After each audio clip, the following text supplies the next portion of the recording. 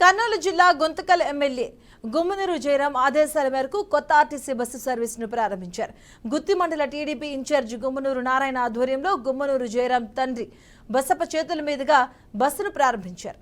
ఇక గుంతకల్ నుంచి చెప్పగిరి via బంటనహాల్ bus సేవలను అందించనుంది. ఇక ప్రజల ఇబ్బందులకు దృష్టిలో పెట్టుకుని బస్సు ఏర్పాటు చేసిన జయరాంకు ధన్యవాదాలు తెలిపారు.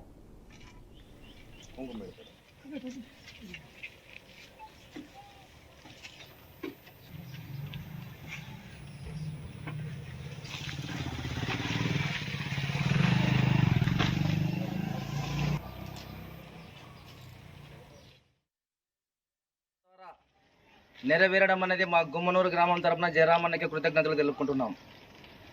ఏది అంటే అన్ని విలేజ్లకు బస్సు ఉండా కానీ మా గుమ్మనూరు విలేజ్కి ఎప్పటికీ బస్సు అనేది తెలియదు.